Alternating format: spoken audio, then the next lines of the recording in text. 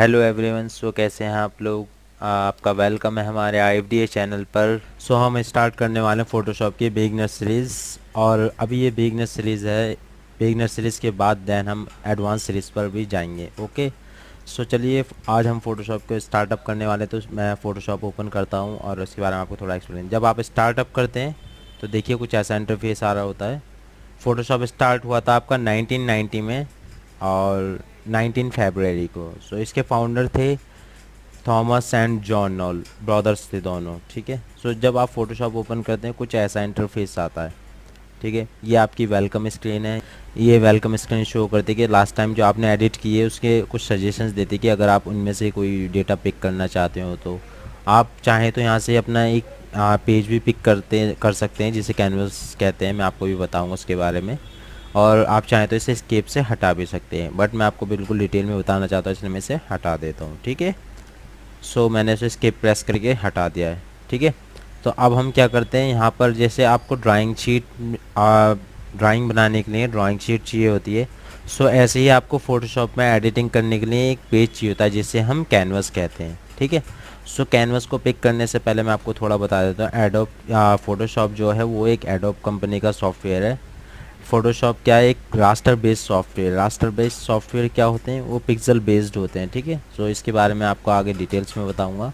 Adobe के काफ़ी सारे सॉफ्टवेयर्स हैं जो कि मोस्टली ग्राफिक्स से रिलेटेड हैं, जैसे Illustrator, After Effect, Premiere Pro, Photoshop.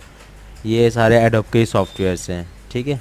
तो इनकी एक ख़ास बात होती है कि एक दूसरे से मर्ज रहते हैं। जैसे एक एग्जांपल के लिए आप कोई इलस्ट्रेटर में वेक्टर शेप क्रिएट करते हैं, सो आप उसे फ़ोटोशॉप में एक्सेस कर सकते हैं। ठीक है। सो चलिए स्टार्ट करते हैं। तो जैसे मुझे कैनवस पिक करना है तो मुझे कहाँ जाना होगा, आपको फाइल मेन्यू में जाएंगे आप, और यहाँ पर आपको क्या करना है, न्यू पर क्लिक करना है। यहाँ से आप अपना कैनवस पिक कर लेते हैं। ठीक है। सो यहाँ पर आपको कुछ डिफ़ॉल्ट साइजेस ये शो कर रहा होता है, और यहाँ सेव में वो साइजेस आ रहे होते हैं। अगर आप कोई साइज़ पिक कर लेते हैं वहाँ सेव्ड हो जाता है, आप आकर यहाँ से पिक कर सकते हैं। और ये फ़ोटोज़ में आपको, जैसे आप फ़ोटो की शॉप पर विज़िट करते हैं तो इसके बाद कुछ साइजेस होते हैं, वो इंचेस में आपको हमेशा वैल्यूज़ बता रहा होता है। जैसे आप एग्जांपल के लिए विज़िट करते हैं, बोलते हैं 7x5, या हिंदी में बोलते हैं कि 3x2, 7x5। इस तरीके से उनके पास ये साइजेस अवेलेबल था, आप उसके अकॉर्डिंगली क्रिएट कर सकते हैं। ऐसे प्रिंट का होता है art and illustrator, web, mobile, film and videos. So अभी हम आते हैं रिसेंट पर। तो यहाँ से आपको जो कैनवस पिक करना होता है उसके आप साइज़ मैनुअली भी डाल सकते हैं। तो देखिए यहाँ पे आप चाहें तो अपनी फ़ाइल को नेम भी दे सकते हैं। तो मैं जैसे दे देता हूँ एडिटिंग। ठीक है। मैंने इस फाइल को नेम दे दिया एडिटिंग। ठीक है। टाइम। ठीक है। सो अब विड्थ, जैसे जो भी हो आप साइज़ क्रिएट कर रहे हैं, तो ये होती है आपकी विड्थ और ये होती है आपकी हाइट। सो यहाँ पिक्सल किस लिए है, क्योंकि जो हम कैनवस लेने वाले हैं वो पिक्सल, ये आपको पिक्सल शो कर रहा है। ठीक है। ये आपके यूनिट्स हैं, आप चाहें तो इंचेस में अपनी उसकी वैल्यूज़ ले सकते हैं, सेंटीमीटर्स में वैल्यूज़ ले सकते हैं, और मिलीमीटर्स पॉइंट पिकास में ले सकते हैं। मैं पिक्सल पे प्रेफर करता हूँ, क्योंकि हम मोस्टली इमेजेस में एडिट करते हैं और वो पिक्सल पर बेस्ड होती हैं। आप चाहें तो अगर जैसे आप कोई फ़ोटो एडिट कर रहे हैं, जैसे आपको मैंने बहुत बताया था आपको फ़ोटो के अकॉर्डिंगली साइज़ चाहिए, तो आप इंचेस में वैल्यू ले सकते हैं अपने अकॉर्डिंग, अपने यूनिट सेट करते हैं सेंटीमीटर्स में, मिलीमीटर्स में। बट मैं आपको प्रेफर करूँगा कि आप पिक्सल में ही लें। ठीक है। पिक्सल में ले लिया। ये आपकी विड्थ होती है, ये आपकी हाइट होती है। तो अब जैसे अगर आप चाहते हैं कि एक स्क्वायर की तरह आपको एक परफेक्ट कैनवस चाहिए, स्क्वायर में क्या होता है, इसकी विड्थ एंड हाइट दोनों वैल्यूज सेम होती हैं। तो मुझे क्या करना होगा कि 1000 मैंने इसकी विड्थ ले ली और 1000 मैंने इसकी हाइट ले ली। तो क्या होगा, ये आपका स्क्वायर में कैनवस क्रिएट हो जाएगा। इस तरीके से मैं आपको दिखा देता हूँ। ठीक है। ये क्लियर है। अब मैं आपको एक और चीज़ बताता हूँ इसमें। अब देखिए जैसे मैंने इसकी विड्थ इंक्रीज़ कर दी, मैंने कर दी 1200। अब इसमें ओरिएंटेशन क्या है, ओरिएंटेशन ये क्या है, पोर्ट्रेट मोड। जैसे आप फ़ोटो ले रहे होते हैं फ़ोन से, तो पोर्ट्रेट मोड पर क्या होता है कि उसकी हाइट ज़्यादा होती है। हम फ़ोन को देखेंगे तो आपको उसकी हाइट ज़्यादा रहती है उस टाइम पर, फ़ोटो लेते टाइम। पोर्ट्रेट मोड कहते हैं इसे। तो ये आपका पोर्ट्रेट मोड। अब मैं इसे क्रिएट करता हूँ, तो क्रिएट करूँगा तो इसकी हाइट, इसमें क्या होगा कि इसका हाइट ज़्यादा रहेगी। देखिए जैसे मैं पोर्ट्रेट मोड पे क्लिक करा तो देखिए इसकी विड्थ ऊपर से नीचे रिप्लेस हो गई। ठीक है। नीचे आ चुकी है। और विड्थ ऊपर जा चुकी है। ये हो गया आपका पोर्ट्रेट मोड। और अगर हम इस पर क्लिक कर देंगे तो लैंडस्केप मोड हो जाएगा। जैसे आप फ़ोन को रोटेट करके लैंडस्केप मोड पे वीडियो बना रहे होते हैं तो मोस्टली तो ये उस तरीके से लैंडस्केप मोड पे चला जाता है। अब देखिए अब इसकी विड्थ इंक्रीज़ हो चुकी है।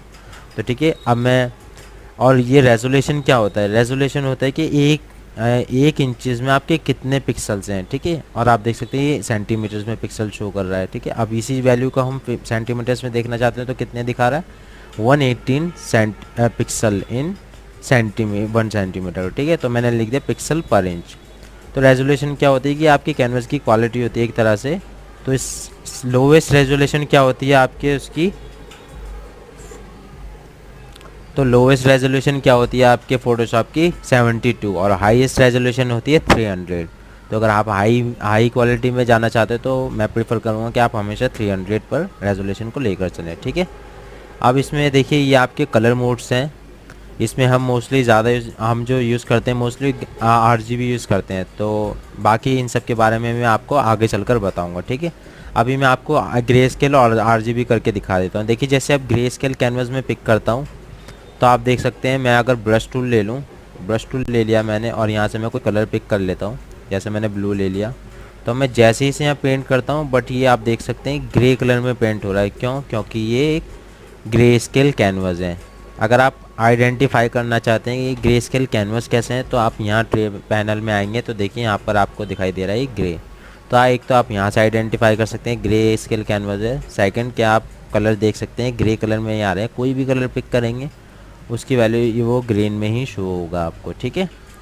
ओके, सो आप ऐसा भी कर सकते हैं कि आप फाइल मेन्यू में जाके अपना न्यू RGB पिक कर लेंगे हम। और RGB की फुल फॉर्म होती है रेड ग्रीन ब्लू, ठीक है। ओके, तो देखिए मैं इस पर कलर कर रहा हूँ तो देखिए आपके क्या हो रहे हैं कलर। अब ये कैनवस पर आपके कलरफुल कलर फिलअप हो रहे हैं। ये देखिए अब मैं कोई भी कलर पिक करता हूँ तो वो कलर इस पर फिलअप हो जाएगा, ठीक है। मैंने ब्लू कलर पिक कर लिया, अब मैं इसे फिलअप करता हूँ, ये फिलअप हो जाएगा। ओके, सो ये आपका RGB कैनवस है। आप इसे भी आइडेंटिफाई कर सकते हैं। यहाँ से आप देख पा रहे हैं ये RGB है, ठीक है। देन चलिए मैंने आपको कहा था दो के बारे में बताऊँगा, मैं आपको CMY के बारे में थोड़ा बता देता हूँ। देखिए CMY की किस लिए यूज़ होता है, जैसे कि आपने प्रिंटर्स में देखा होगा छोटे छोटे 4 बॉक्सेस होते हैं तो उन चारों बॉक्सेस में कलर फिलअप होते हैं 4, ठीक है। C फॉर सियान, M for magenta, Y for yellow, K for black. तो ये कलर्स पे कोड लिखे होते हैं। तो K फॉर ब्लैक क्यों होता है, क्योंकि इसमें B साइलेंट होता है, ठीक है। तो इसे प्रिंटिंग के लिए यूज़ किया जाता है। तो प्रिंटिंग में जो प्रिंटर में जो कलर्स यूज़ करते हैं हम CMY के कलर्स ही यूज़ करते हैं, बस आप इतना याद रखिएगा, ठीक है। अगर हम RGB को प्रिंटर में यूज़ करेंगे तो क्या हो जाए वो कलर फेड हो जाते हैं, इसलिए हम क्या करते हैं CMY के कलर्स उसमें यूज़ किए जाते हैं, ठीक है। ओके, सो अब आपको मैं मोस्टली सारा बता चुका हूँ, ठीक है। सो देखिए अब यहाँ से हम क्रिएट कर लेते हैं, क्रिएट कर रखा है हमने कैनवस। सो देन अब मैं आपको बताता हूँ यहाँ पे मूव टूल और सिलेक्शन टूल के बारे में, ठीक है। यहाँ पे अब हम क्या करेंगे, यहाँ पर देखिए जैसे मैं आपको पहले एक ये मूव टूल कैसे काम करता है। अब जैसे मैंने एक ब्रश क्रिएट कर दिया इसके ऊपर तो इसे मूव करने के लिए ये काम करते हैं, लेकिन बट ये मूव नहीं हो रहा, देखिए क्योंकि ये है बैकग्राउंड। बैकग्राउंड बिल्कुल इसी तरीके से होता है जैसे कि आप एक वॉल है, आप समझिए कि ये जो मैंने पेंट कर दिया है एक दीवार पर मैंने एक पेंट कर दिया, ठीक है। बट अगर हम दीवार पर पेंट कर देंगे तो हम दीवार पे से पेंट को फिर हटा नहीं सकते। तो हम क्या कर सकते हैं सेकेंडली कि हम दोबारा उस पर एक वाइट पेंट करें और फिर जब जाके हम उसे ठीक कर सकते हैं। लेकिन अगर आप चाहते हैं कि आप इसे मूव कर पाएँ तो हम क्या करेंगे, तो देखिए अगर मैं क्या करूं कि दीवार के ऊपर एक मैं ट्रांसपेरेंट मिरर लगा दूं और फिर उस ट्रांसपेरेंट मिरर के ऊपर मैं कुछ लिख दूं, जैसे एग्जांपल के लिए मैं ऐसे लिख देता हूं। सो फिर मैं उस मिरर को क्या कर सकता हूं, वहां से हटा के लगा सकता हूं कहीं और इसे मैं रोटेट घुमा भी सकता हूं, रोटेट भी कर सकता हूं, ठीक है। तो जैसे कि अब यहाँ पर आप ये देख रहे हैं ये है आपका लेयर पैनल, ठीक है। ये क्रिएट अ न्यू लेयर, यहाँ पे मैं क्लिक करता हूँ तो यहाँ से आपकी एक न्यू लेयर बन के आ जाती है। ये ट्रांसपेरेंट है बिल्कुल, आप देख सकते हैं ये देखिए बिल्कुल ट्रांसपेरेंट है। ये आपके पिक्सल्स शो हो रहे हैं, पिक्सल्स ऐसे होते हैं, ठीक है। तो आप देख सकते हैं ये उसी ट्रांसपेरेंट मिरर की तरह मैंने इस पर एक लेयर लगा ली। आप इसे वो ट्रांसपेरेंट मिरर मान लीजिए।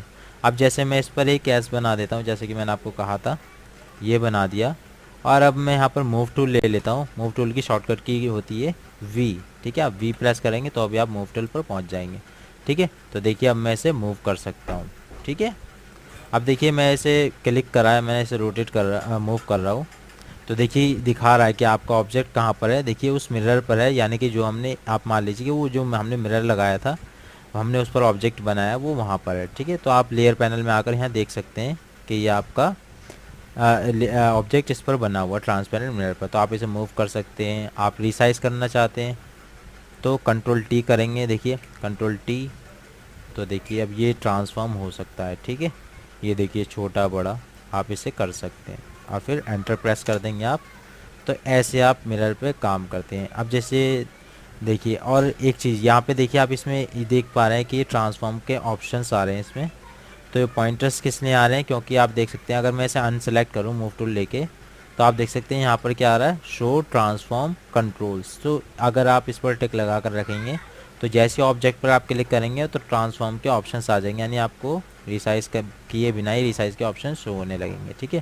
तो आप चाहते हैं कि आप ट्रांसफॉर्म के ऑप्शन ना शो हो तो आप इस पर से टिक हटा दें, ठीक है। और फिर अगर आपको रिसाइज करना होगा तो आप कंट्रोल टी प्रेस करेंगे। देखिए मैं यहाँ इंडिकेटर में देख सकते हैं आप कंट्रोल प्लस टी, और अब आप रिसाइज कर सकते हैं इसे, ठीक है। ये देखिए, ठीक है, ओके। सो अब नेक्स्ट चलते हैं। देखिए अब मैं चाहता हूँ कि अगर मैं इसे मूव कर लेता हूँ, अब न्यू लेयर पिक करता हूँ, तो देखिए न्यू लेयर एक तरीके से और पिक हो सकती है। कैसे कि अगर आप control shift plus N click करें, प्रेस करेंगे, तो देखिए आपका कुछ ऐसा इंटरफेस आ जाएगा कंट्रोल शिफ्ट एन प्रेस करने पर।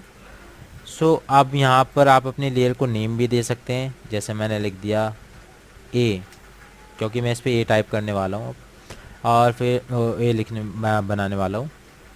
और फिर आप यहाँ पे इस लेयर को कलर भी दे सकते हैं। यहाँ से आप चाहें तो मोड इसके ले सकते हैं। इन मोड्स के बारे में, ब्लेंडिंग मोड्स हैं, मैं आपको इनके बारे में बाद में बताऊँगा, ठीक है। उसकी लेयर की ओपेसिटी भी एडजस्ट कर सकते हैं, इसके बारे में हम आगे बताएंगे। तो हम ये नेम दे दिया हमने लेयर को, और हमने ओके कर दिया, ठीक है। अब यहाँ पे आपकी न्यू लेयर आ चुकी है, यानी एक और हमने ट्रांसपेरेंट मिरर लगा दिया। तो अब मैं यहाँ से ब्रश टूल लेता हूँ। ब्रश की शॉर्टकट किया गया होती है आपकी बी, ठीक है, ओके। सो देखिए ब्रश को अगर आप छोटा बड़ा करना चाहते हैं तो आप स्क्वायर ब्रैकेट यूज़ कर सकते हैं। आप स्क्वायर ब्रैकेट दबाएंगे तो देखिए ये स्क्वायर ब्रैकेट से आपका ब्रश बड़ा हो रहा है। अब लेफ़्ट वाले स्क्वायर ब्रैकेट से क्या हो रहा है, आपका ब्रश छोटा हो रहा है, ठीक है। सो यहाँ पे आप इससे अपने ब्रश को मैनेज कर सकते हैं। दूसरी ट्रिक, अच्छी ट्रिक बताऊँ आपको, तो ऑल्ट दबाएंगे आप, और मैंने राइट क्लिक उसके साथ में प्रेस कर लिया, दोनों को मैंने प्रेस कर रखा। आप इंडिकेटर में देख सकते हैं ऑल्ट प्लस होल्ड बता रहा है राइट क्लिक। तो अगर आप ऊपर करते हैं तो इसका ब्रश सॉफ्ट हो जाएगा, यानी हार्डनेस कम हो रही है। आप देख सकते हैं यहाँ पर लिख रहा है डायमीटर, हार्डनेस ब्रश के साइड में, और ओपेसिटी। तो देखिए हार्डनेस कम हो रही है, और अब मैं नीचे कर रहा हूँ तो इंक्रीज़ हो रही है। तो मैं ब्रश को स्मूथ रखना चाहता हूँ, इसलिए ऊपर कर लूँगा, ऑल्ट और राइट क्लिक दबा के ऊपर ड्रैग करूँगा तो स्मूथ होगी, यानी हार्डनेस कम होगी, और नीचे करूँगा तो हार्डनेस बढ़ेगी, ठीक है। तो स्मूथ कर लेते हैं हार्डनेस को, और यहाँ पे हम अब देखिए ब्रश चलाते हैं तो आपका ब्रश स्मूथ हो चुका है। अगर आप इसका साइज़ मैनेज करना चाहते हैं शॉर्टकट की इसके थ्रू, तो ऑल्ट प्रेस करूँगा मैं, फिर देन मैंने राइट क्लिक प्रेस कर लिया। मैंने दोनों को प्रेस कर रखा है। राइट साइड ड्रैग करेंगे तो आपका ब्रश बड़ा होगा, लेफ्ट साइड ड्रैग करेंगे तो आपका ब्रश छोटा होगा, ओके। सो चलिए अब मैं आपको बताता हूँ थोड़ा सिलेक्शन टूल के बारे में। लेयर्स आपको समझ में आई गई हैं। तो जैसा कि मैंने बोला था कि आपको दूसरा लेयर, मैं एक और लेयर पिक कर लेता हूँ। तो शॉर्टकट की से एक और बार पिक करके दिखाता हूँ, कंट्रोल शिफ्ट प्लस एन, और मैंने इसे नेम दे दिया ए, और ओके क्लिक कर दिया, ठीक है। अब मैं यहाँ ए बना देता हूँ दूसरी लेयर पर। आप देख सकते हैं ये लेयर ब्लैंक है, और मैंने यहाँ बना दिया इस पर ए। तो अब देखिए मूव टूल लेंगे अब आप, ये आपका ए है और ये आपका एस है, ठीक है। अगर आप देखना चाहते हैं कि ये हमारा ऑब्जेक्ट कौन सी लेयर पर, तो देखिए आप ऐसे भी देख सकते हैं। जैसे मैंने ये पर राइट क्लिक करा तो ये बता देगा कौन सी लेयर पर है, ए पर। और जैसे मैं चेक करना तो एस कौन सी लेयर पर है, राइट क्लिक करा तो लेयर 1 पर इसने दिखा दिया। और ये भी दिखा रहा था कि इसके नीचे क्या है, कि इसके नीचे क्या है, बैकग्राउंड है, ठीक है। और इस पर राइट क्लिक करेंगे तो इसके नीचे भी क्या है, बैकग्राउंड है, ठीक है, ओके। सो अब आप, आई होप कि आप लेयर को अच्छे से समझ गए हों, ठीक है। और देखिए लेयर का ये भी फ़ायदा है, सपोज़ करिए कि हमने ये दोनों लेयर्स पर बना रखे हैं। अब आप बैकग्राउंड पर को सिलेक्ट करें, बैकग्राउंड के लेयर को हमने सेलेक्ट कर लिया है। तो अगर मैं ये ऊपर वाला कलर फिलअप करना चाहता हूँ, जिसे फोरग्राउंड कहते हैं, तो मैं alt plus back space use करूँगा, सो वो कलर बैकग्राउंड पर अप्लाई हो जाएगा क्योंकि मैंने बैकग्राउंड की लेयर को सेलेक्ट कर रखा है। ऑल्ट प्लस बैक स्पेस दबा रहा हूँ मैं। तो देखिए ये पिंक कलर, रेडिश जो कलर है ये इस पर फिलअप हो चुका है। अब ये नहीं दिख रहा क्योंकि ये भी हमारा सेम इसी कलर का था। अब आप नीचे वाला कलर फिलअप करना चाहते हैं तो कंट्रोल प्लस बैक स्पेस, ठीक है। सो अब आप दोनों कलर्स को देख सकते हैं। अगर आप चाहते हैं कि बाय डिफ़ॉल्ट हम वाइट कलर ही फिलअप करते हैं दोबारा से कैनवस, तो आप डी दबाते हैं। तो देखिए डी दबाने से क्या होता है कि आपके डिफ़ॉल्ट कलर्स आ जाते हैं। यहाँ पर डी दबाया मैंने तो देखिए आपके डिफ़ॉल्ट कलर्स आ चुके हैं। अब हमें कौन सा कलर करना है, वाई। सो आप कलर को वैसे ऊपर इसके लिए आप यहाँ से सेलेक्ट भी कर सकते हैं, बट अगर आप यहीं से चेंज करना चाहते हैं, ऊपर लाना चाहते हैं वाइट को, तो आप एक्स दबाएंगे। तो देखिए एक्स से क्या होता है कि आपके कलर एक्सचेंज होते हैं, ठीक है। एक्स प्रेस करूँगा तो देखिए कलर ऊपर आ रहा है, नीचे आ रहा है। तो हमें वाइट करना है तो मैंने कलर ऊपर कर लिया एक्स से चेंज कर। और अब मैं ऑल्ट प्लस बैक स्पेस से फोरग्राउंड कलर को फिलअप कर रहा हूँ। तो बैकग्राउंड सेलेक्ट है हमारी लेयर, याद रखें कि आपकी लेयर सेलेक्ट होनी चाहिए और देन आपको alt plus back space press करना। तो यहाँ पे वाइट कलर फिलअप हो चुका है। तो ये लेयर्स का फ़ायदा होता है क्योंकि जैसे मैंने बताया आपको मिरर्स लगाए हुए हैं, तो ये ऑब्जेक्ट उन पर हैं, आप इन्हें मैनेज भी कर सकते हैं, ठीक है। और बाकी आपका बैकग्राउंड अलग आपका डिफ़ॉल्ट है, ठीक है। सो अब देखिए अब हम पढ़ते हैं थोड़ा सिलेक्शन टूल के बारे में। तो देखिए ये सिलेक्शन टूल ले लिया है मैंने, मार्की रेक्टेंगुलर मार्की टूल कहते हैं इसे। तो ये बेसिकली इसमें 4 ऑप्शन हैं। तो ये होता है आपका न्यू सिलेक्शन। न्यू सिलेक्शन क्या होता है, देखिए पहले आपको मैं समझाता हूँ कि सिलेक्शन क्या होता है। जैसे अब मैं आपसे कहता हूँ कि अब मैं यहाँ पे ब्रश टूल ले लिया मैंने, जिसकी शॉर्टकट की मैंने वी बताई थी, ठीक है। ब्रश टूल ले लिया। अब मैं इससे आपसे कहता हूँ कि अगर आप स्क्वायर बना दें परफेक्ट सा, तो ये सिंपल सी बात है कि कोई भी ज़्यादा परफेक्ट नहीं होता, परफेक्टली बना नहीं सकता स्क्वायर, ठीक है। बट अगर हम सिलेक्शन का यूज़ करें, देखिए कंट्रोल जेड मैंने करा, अनडू के लिए क्या करते हैं आप कंट्रोल जेड, ठीक है।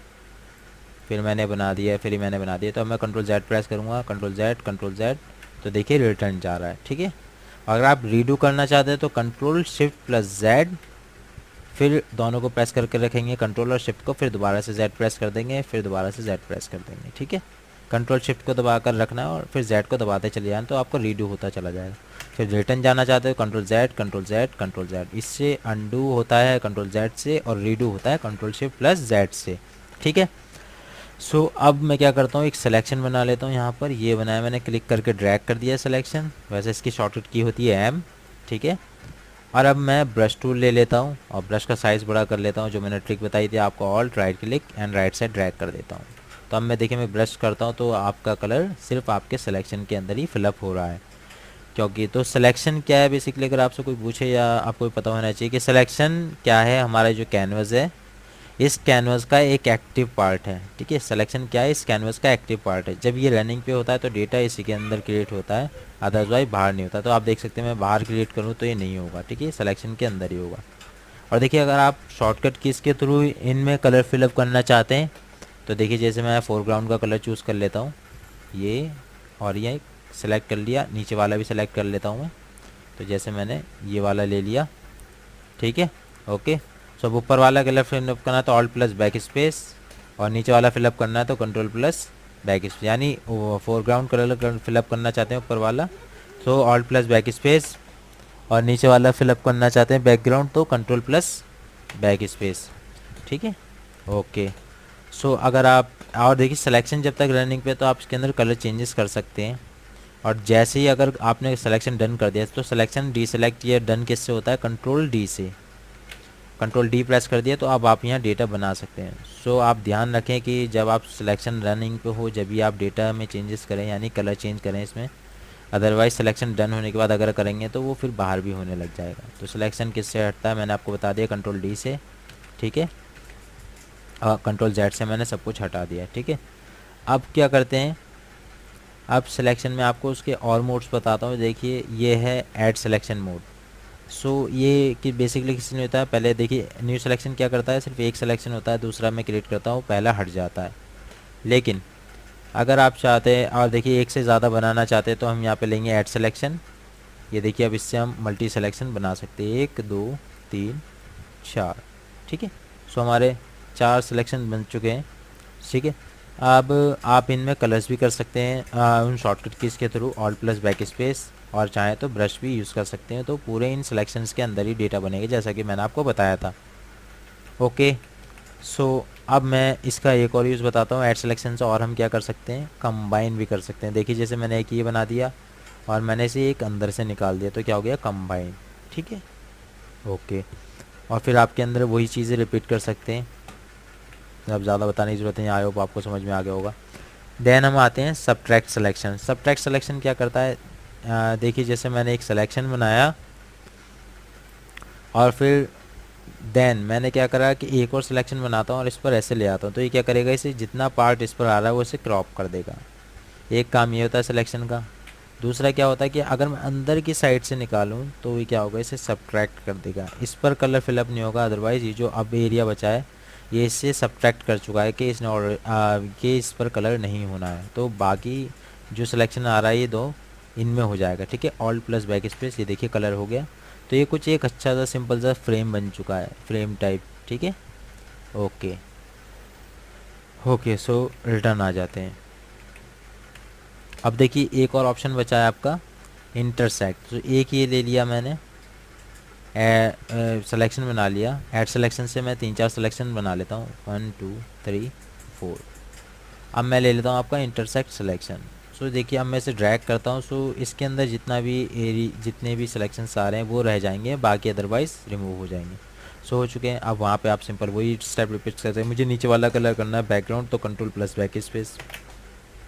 Okay okay. सो देखिए अब हमने सिलेक्शन कर लिए। एक बात आप ध्यान रखिएगा, देखिए अगर आप सिलेक्शन से कुछ भी बनाना चाह रहे हैं तो मैं आपको सजेस्ट करूँगा कि आप हमेशा न्यू लेयर लें। वो मुझे बस आपको समझाना था, इसलिए मैंने बैकग्राउंड लेयर पर बनाकर दिखा दिए थे। देखिए मैं न्यू लेयर ले लेता हूँ। न्यू लेयर पर लेने का क्या फ़ायदा है, देखिए पहले मैं आपको बैकग्राउंड पर बनाकर दिखाता हूँ। जैसे मैंने बैकग्राउंड पर एक सिलेक्शन बनाया और कलर फिलअप कर दिया और कंट्रोल डी कर दिया, तो देखिए अब आप इसे मूव करना चाहेंगे तो मूव नहीं होगा, जैसे मैंने कि वॉल वाला एग्जांपल दिया था। तो देखिए ठीक है, ओके। तो इसी तरीके से ये एरर आ सकता है। तो आपको क्या करना है, कंट्रोल जेड इसे हटाना है, कंट्रोल जेड से अंडू करेंगे। देन आप न्यू लेयर पिक करेंगे। अब इस पर आप क्या करेंगे, सिलेक्शन बनाएंगे और फिलअप कर देंगे। तो अब आप क्या कर सकते हैं, कंट्रोल डी, और अब मैं मूव टूल लेके इसे मूव कर सकता हूँ क्योंकि अब ये न्यू लेयर पर है। ओके ठीक है, अब चलते हैं नेक्स्ट टॉपिक की तरफ। अब सिलेक्शन, अब देखिए सिलेक्शन के बारे में एक और अच्छी चीज़ बतानी है। जैसे आप सिलेक्शन अभी देख रहे थे, बार बार हमें यहाँ पर जाके प्रेस करना पड़ता है, देन हम सिलेक्शन के ऑप्शंस को यूज़ कर पाते हैं। बट मैं आपको कुछ शॉर्टकट कीज़ बताने वाला हूँ जो कि आपके काफ़ी काम आएंगे आगे चलकर। सो अभी मैं न्यू सिलेक्शन पर हूँ, एक सिलेक्शन बना लिया मैंने। ठीक है, अब मैं ऐड सिलेक्शन यूज़ करना चाहता हूँ बिना वहाँ पर जाए। तो देखिए आपको क्या करना है कि आप शिफ्ट जैसे ही प्रेस करते हैं और ड्रैग करते हैं तो देखिए आपको ये एड्स इस कर्सर पॉइंटर के साइड में प्लस दिख रहा है। ओके, सो आपको प्लस दिख रहा है, तो ये क्या है कि अब ऐड सिलेक्शन रनिंग पर है। तो जैसे आप इसे ड्रैग करके बनाएंगे तो देखिए ऐड सिलेक्शन बन चुका है। अच्छा एक और चीज़ कि आपने एक सिलेक्शन बना लिया तो आप शिफ्ट दबाकर अगर ऐसी बिना सिलेक्शन बनाए शिफ्ट दबा के ड्रैग करेंगे तो आपको प्लस नहीं दिखेगा। वो जब ही दिखता है जब आप एक सिलेक्शन बना चुके हैं होते हैं और फिर आप शिफ्ट दबाते हैं, तो जब ये प्लस दिख रहा होता है। देखिए अब यानी आप ऐड सिलेक्शन मोड पे, आप चाहे तो कंबाइन कर लें, चाहे तो दूसरा एक और उसके साइड में बना लें शिफ्ट।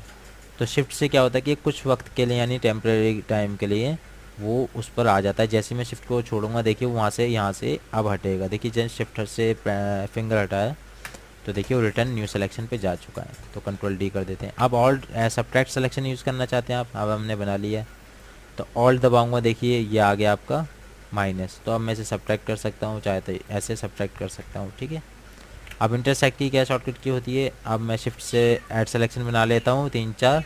अब और मैं ऑल्ट और शिफ्ट दबाता हूँ तो क्या होगा, ये आपका इंटरसेक्ट यूज़ हो जाएगा।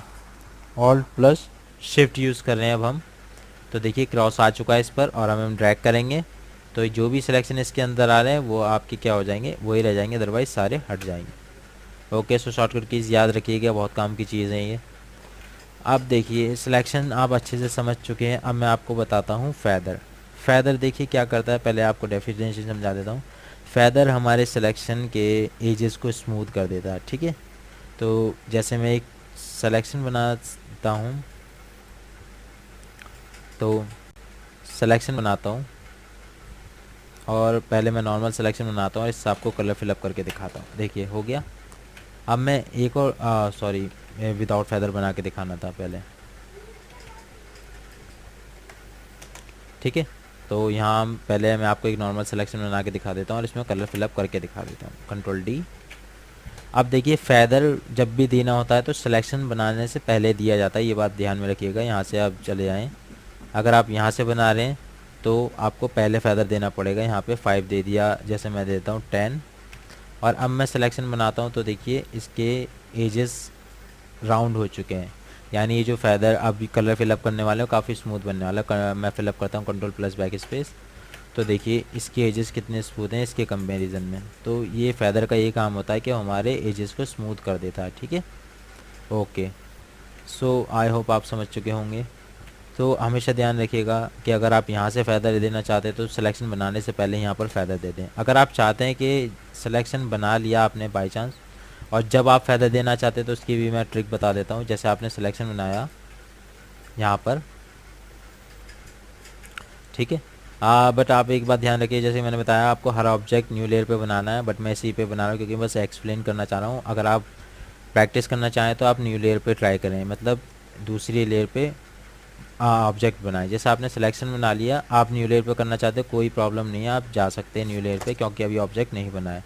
अब आप कलर फिलअप करेंगे तो वो न्यू लेयर पे क्रिएट हो जाएगा, यानी सेकंड लेयर पे। सो अब हम क्या करेंगे, देखिए मैं फ़ायदा 0 कर देता हूँ और मैं इस सिलेक्शन को हटाता हूँ और अब मैं बनाकर दिखाता हूँ। जैसे आपने नॉर्मल सिलेक्शन बनाया तो अब ये शार्प टाइप का बनेगा, हमें पता है, लेकिन हम अब फेदर देना चाहते हैं तो क्या करेंगे, राइट क्लिक करेंगे आप और यहाँ पे आएंगे फेदर, फेदर पे क्लिक करेंगे तो देखिए आपका पूछ रहा है कितना फेदर देना, तो हमने दे दिया 10 और यहाँ एंटर प्रेस कर देंगे तो आपके ये फेदर ऐसे दे सकते हैं सिलेक्शन बनने के बाद अगर आप देना चाहें तो। फिर आप कलर फिल करेंगे तो फेदर उस पर अप्लाई हो जाएगा, ठीक है। ओके, कंट्रोल डी कर दिया अब हमने। अब हम यहाँ आ जाते हैं फिक्स रेशियो और फिक्स साइज़, ये क्या चीज़ होती है। देखिए फिक्स रेशियो क्या होता है कि जैसे आप स्क्वायर को देखते हैं कि उसकी विड्थ और हाइट सेम होती हैं, तो इसलिए हमने एक रेशियो दे दिया 1 और 1, यानी जो भी चीज़ बने उसकी विड्थ और हाइट सेम होनी चाहिए, इससे इक्वलिटी हो रही है, ठीक है। अब मैं क्रिएट करता हूँ अगर सिलेक्शन तो वो स्क्वायर में ही बनेगा, ओके। क्योंकि अगर हम नॉर्मल सिलेक्शन पे बनाते थे तो फ्री ट्रांसफॉर्म होता था, आप कैसा भी बना सकते हैं, लेकिन अगर फिक्स रेशियो यूज़ करेंगे तो आप या तो स्क्वायर बना लें। और आपने देखा रेक्टेंगल में क्या होता है, उसकी वैल्यू विड्थ ज़्यादा होती है, तो मैं इसे कर देता हूँ 2, तो अभी ये क्या बनेगा, रेक्टेंगल है, क्योंकि इसकी विड्थ ज़्यादा और हाइट उतनी कम है, ठीक है। तो ये देखिए आपका रेक्टेंगल बन गया। अगर आप पोर्ट्रेट में उनमें बनाना चाहते हैं तो सिंपल आप क्या करेंगे, चेंज कर देंगे, यहाँ से क्लिक करके मैं रिप्लेस कर सकता हूँ। देखिए तो मैंने अब हाइट ज़्यादा कर दी है और विड्थ कम कर ली, तो अब ये पोर्ट्रेट मोड में बनेगा। सो ऐसे फिक्स रेशियो का यूज़ किया जाता है। फिक्स साइज़ क्या होता है, फिक्स साइज़ में क्या होता है, आप एक पहले ही उसे पर्टिकुलर साइज़ दे देते हैं कि मुझे इसकी विड्थ इतनी चाहिए, हाइट और इतनी चाहिए, तो अब हमें ड्रैग करने की ज़रूरत नहीं है, तो सिंपल आप क्लिक करेंगे वो उसी साइज़ में आपका सिलेक्शन क्रिएट हो जाएगा। इस पर फेदर वगैरह आप सभी उसी तरीके से अप्लाई कर सकते हैं, कलर भी फिलअप कर सकते हैं, मैं करके दिखाता हूँ। ओके, कंट्रोल डी, ठीक है, कंट्रोल जेड करके रिटर्न आ जाते हैं और कंट्रोल डी कर लेते हैं। सो देन अब हम क्या करते हैं, ये आपको समझा चुका। अगर आप ऐड सिलेक्शन से और ज़्यादा बनाना चाहते हैं तो मैं ये देखिए यहाँ ऐड सिलेक्शन शिफ्ट प्रेस करता हूँ और एक से ज़्यादा बना लेता हूँ, शिफ्ट दबा के मैं बस क्लिक कर रहा हूँ बार बार। और मैं इन्हीं सब को क्या करना चाहता हूँ कि फ़ायदा देना चाहता हूँ, तो मैं राइट क्लिक करूँगा, फ़ायदा दिया और मैं थोड़ा काफ़ी अच्छा सा डिज़ाइन बनाकर दिखाता हूँ आपको। मैंने इसे फ़ायदा दे दिया 10 और एंटर। अब ये स्मूथ हो चुके हैं तो मैं इनके लिए कलर पिक करता हूँ, ये रेड और न्यू लेयर ले रखी है मैंने, देखिए। और मैं इस पर क्या कर लेता हूँ, fill up alt plus backspace. So देखिए आपको एक काफ़ी स्मूथ एजेस के साथ ये आपके डिज़ाइंस बन चुके हैं फेदर से। सो ये फेदर का काम होता है बेसिकली कि एजेस को स्मूथ करना। आई होप आपको समझ में आ गया अच्छे से सब लोगों को। अगर किसी को कोई डाउट हो तो आप कमेंट बॉक्स में मुझसे पूछ सकते हैं, ओके। सो अब आपको मैं समझाता हूँ, देखिए थोड़ा वर्क स्पेस के बारे में। सो देखिए यहाँ पे जब मैंने आपको बताया था इनके बारे में तो आर्ट बोर्ड का ऑप्शन नहीं बताया। तो आर्ट बोर्ड क्या होता है, देखिए आर्ट बोर्ड और बैकग्राउंड में ये डिफरेंस होता है। ये देखिए आर्ट बोर्ड जब आप देखेंगे तो इसमें क्या लिखा हुआ था, आर्ट बोर्ड, ओके। और ये बैकग्राउंड जो होता है आपके इसमें बैकग्राउंड लिखा हुआ होता है, ठीक है। तो इसमें ये डिफरेंस होता है कि आर्ट बोर्ड बेसिकली इलस्ट्रेटर में यूज़ होता है इस पे वेक्टर शेप क्रिएट की जाती हैं, बट हम इसमें भी यूज़ कर सकते हैं। इसके बारे में मैं आपको आगे बताऊंगा। बाकी आप डिफरेंस देखना चाहें तो जब आप गलती से अगर बाई चांस कभी हुआ कि आप यहाँ कैनवस पिक कर रहे हैं और आपने टिक लगा दिया यहाँ पर, तो आपका कुछ ऐसा इंटरफेस आ जाएगा। तो आप यहाँ से आइडेंटिफाई कर सकते हैं कि ये आर्टबोर्ड है, और ये देखिए यहाँ से आइडेंटिफाई कर सकते हो। आपको आर्टबोर्ड नहीं लेना, आपको बैकग्राउंड ही पिक करना है। तो हमेशा यहाँ से पिक करते टाइम ध्यान रखिएगा कि आपको यहाँ पर टिक नहीं लगा होना चाहिए, आपको यहाँ से टिक हटा देना, देन बैकग्राउंड को पिक कर लेना है। और देखिए थोड़ा मैं आपको इंटरफेस के बारे में बता देता हूँ यहाँ से, कि अगर सपोज़ करिए मैंने यहाँ से इसे एडजस्टमेंट को निकाला, मैं यहाँ से चीज़ों को निकाल के, मैं अभी देखिए मैं प्रॉपर्टी पर क्लिक कर रहा हूँ लाइब्रेरीज़ पर, मैं चाहता हूँ कि परमानेंटली यहाँ पर आ जाए, तो मैं इसे यहाँ से निकाल के ऐसे भी रख सकता हूँ। और मैं चाहूँ कि मैं इसे यहाँ पाथ के साइड में रखना चाहता हूँ, तो मैं इसे निकाल के यहाँ पे ऐसे लगा सकता हूँ। तो वो क्या चीज़ होगी, हाँ। और मैं चाहता हूँ कि पाथ को मैं यहाँ नहीं यहाँ पर रखूँ, तो मैं इसे यहाँ पे आके ऐसे लगा सकता हूँ, एडजस्ट कर सकता हूँ। ओके। और आप चाहते हैं कि ये जो सेटिंग करी है ये मेरी सेव हो जाए, तो आप क्या करेंगे, विंडो के पैनल में जाएंगे, यहाँ पर आप जाएंगे वर्क स्पेस में, एसेंशियल पर रखेंगे। ठीक है, मैं भी यही यूज़ कर रहा होता, तो आप भी यूज़ करिएगा। फिर आप कर देंगे न्यू वर्क स्पेस, तो क्या होगा, आपकी सेटिंग ऐसे ही सेव हो जाएगी। ठीक है, मैं भी इसे नहीं कर रहा, आप कर लेंगे तो आपकी setting as it is save हो जाएंगे। ओके। और देखिए समटाइम्स क्या होता है कि हमारे टूल्स गायब हो गए होते हैं, ये मैं हटा देता हूँ इन्हें निकाल के, ये हटा दिए ये, और देखिए यहाँ पे मैंने इसे हटा दिया, यहाँ निकाला और ये ऐसे हटा दिया। ठीक है, और मैंने इसे निकाला यहाँ से और इसे भी हटा दिया। मैं चाहता हूँ कि मेरा डेटा रिटर्न आ जाए। समटाइम्स आपको कभी ऐसी प्रॉब्लम फेस करनी पड़ जाए, तो आप क्या करिएगा कि विंडोज़ में जाइएगा, वर्क स्पेस, और आप कर दीजिए रिसेट इसेंशियल्स। ठीक है, आप जैसे ही करेंगे तो क्या हो जाएगा, आपका वर्क स्पेस रिसेट होकर एज इट इज़ वैसे ही आ जाएगा जैसा बाय डिफ़ॉल्ट आया था। आप यहाँ देख सकते हैं कि आपका टूल पैनल ऐसे सिंगल कॉलम में आ रहा है। अगर आप इसे डबल कॉलम में देखना चाहते हैं जैसे कि आ रहा था, तो आप इस पर क्लिक करेंगे यहाँ, आपका ये डबल कॉलम में आ जाएगा। ओके। देखिए मैं आपको लेयर्स का थोड़ा यूज़ भी करके दिखा देता हूँ। जैसे कि मैं फ़ाइल में जाता हूँ, फ़ाइल में आप ओपन में जाएंगे, यहाँ से आप अपनी इमेजेस पिक कर सकते हैं। अगर आप कोई इमेज लेना चाहें यहाँ से, तो हमारे पास जैसे इमेजेस हैं, जैसे मैं ये बिल्डिंग की इमेज लेना चाहता हूँ, तो मैं डबल क्लिक करूँगा। एक तो आप इस तरीके से पिक कर सकते हैं इमेज को। ओके। दूसरी ट्रिक क्या है कि आप कंट्रोल ओ प्रेस करेंगे तो वैसा ही सेम इंटरफेस आ जाएगा, और आप यहाँ डबल क्लिक करेंगे, आपकी इमेज यहाँ पर आ जाएगी। ओके। दो ट्रिक हो चुकी है। अब एक और दो ट्रिक और है। देखिए मैं आपको बताता हूँ, जैसे कि डाउनलोड्स में हमारे पास इमेजेस पड़ी है। समटाइम्स क्या होता है, हम डाउनलोड कर लेते हैं इमेजेस को, और स्टूडेंट्स को प्रॉब्लम होती है, वो फोटोशॉप में ओपन नहीं कर पाते। तो यहाँ से अगर वो डायरेक्ट ले जाना चाहते हैं, आपको पता है कहाँ पर है इमेज, क्योंकि समटाइम्स क्या होता था, फोटोशॉप के थ्रू आइडेंटिफाई नहीं कर पाते हैं स्टार्टिंग में कि कहाँ पड़ी है फोटोशॉप से, हम कहाँ पर है, कहाँ पर जाना है, कहाँ पर हमारी इमेज है। तो आप सिंपल जैसे क्रोम से शो इन फोल्डर करके आ जाते हैं, और आपको पता है इमेज यहाँ पर है, तो आप यहीं से फ़ोटोशॉप के अंदर ले जाना चाहते हैं, तो आप राइट क्लिक करके ओपन विद फ़ोटोशॉप भी कर सकते हैं। ठीक है। सेकंड ट्रिक कि आप क्या कर सकते हैं, ऐसे आप ड्रैग करेंगे और ये फ़ोटोशॉप पर ले जाएंगे ऐसे, और यहाँ पर अगर लाकर ड्रैग करते हैं, देखिए यहाँ पर अगर मैं ड्रैग करता हूँ कैनवस के ऊपर, तो ये इमेज यहाँ पर आ जाएगी और न्यू लेयर पर आएगी। देखिए आप देख सकते हैं न्यू लेयर पर आ रही है। ठीक है। और अगर आप चाहते हैं कि ये न्यू टैब पर आए, यहाँ पर एक न्यू टैब आ जाए इस इमेज का, तो आप कैसे ड्रैग करेंगे, देखिए मैं बता देता हूँ। आपको सिंपल इस इमेज को ड्रैग करना है फ़ोटोशॉप पर, और फिर आपको यहाँ पर आना है ट्रे पैनल में। यहाँ पर आप जैसे ड्रैग करेंगे, देखिए इससे यहाँ पर, तो देखिए यहाँ छोड़ेंगे तो ये आपके न्यू टैब पर आ जाएगी इमेज। ओके। देखिए मैं न्यू लेयर का यूज़ करके दिखाता हूँ। जैसे मैंने न्यू लेयर ली, और मैं आपको फैदर का यूज़ करके दिखाता हूँ। इसके अंदर मैंने यहाँ पे अब इलेप्टिकल ले लिया। देखिए इलेप्टिकल मार्क्यू टूल यूज़ करने वाले बेसिकली सर्कल के लिए बनता है। अब देखिए नॉर्मल मोड पे इसने क्या हो रहा है, फ्री ट्रांसफॉर्म, जैसे कि मैंने आपको बताया था। अब देखिए मैंने इतना ये कलर ले लिया, और अब मैं क्या करना चाहता हूँ, सिर्फ इस पर कलर ना हो, बाकी रिटर्न हो जाए। अगर मैं इसके अंदर कलर फिलअप करता हूँ तो इस तरीके से इस पर फिलअप हो जाएगा, बट मैं चाहता हूँ कि इसके अपोजिट साइड हो, बाहर की साइड, लेकिन इस पर कलर फिलअप ना हो। तो देखिए फैदर हमने दे रखा है। अगर आप मैंने ये पहले ही फैदर दे रखा है, इसने क्या हो रहा है, इसके एजेस मुतासर आ रहे हैं, आप देख सकते हैं। अगर आप चाहें कि आपने वो बना लिया है, जैसा कि मैंने आपको बताया था, दोबारा करके दिखाता हूँ। कि आपने फैदर नहीं दिया था और आपने इलिप्स बना लिया, बट आपको क्या करना पड़ेगा, अगर फैदर देना तो दोबारा इसे कंट्रोल डी से हटाना पड़ेगा और फिर दोबारा फैदर देना पड़ेगा। तो आपको क्या करना है कि राइट क्लिक करेंगे, फैदर पे जाएंगे और यहाँ से दे देते हैं हम 20। ओके, सो जैसा कि मैंने बताया था हमको इस पर कलर नहीं करना है, इसके बाहर की साइड करना है, तो हम करेंगे सेलेक्ट इनवर्स। तो सेलेक्ट इनवर्स कैसे कर सकते हैं कि आप यहाँ सिलेक्शन में जाएंगे, यहाँ से भी कर सकते हैं सेलेक्ट इनवर्स, ये रहा इनवर्स आ रहा है, और इसकी शॉर्टकट कीज़ भी होती है कंट्रोल शिफ्ट आई। तो आप यहाँ क्लिक करेंगे तो देखिए ये सिलेक्शन यहाँ पर भी आ चुका है, यानी एक तरीके से ये बीच वाला पार्ट सब्ट्रैक्ट हो चुका है, यहाँ पर कलर नहीं होगा और बाकी जगह पर होगा। तो देखिए मैं करके दिखाता हूँ ब्लैक कलर, और अब मैं ऑल्ट प्लस बैक स्पेस से फोरग्राउंड कलर को फिलअप कर रहा हूँ। तो ये देखिए आपका कुछ ऐसा इफेक्ट बन चुका है एक तरीके से फ्रेम में। अब की क्योंकि ये न्यू लेयर पे बना है, तो आप यहाँ से हाइड कर सकते हैं, शो कर सकते हैं।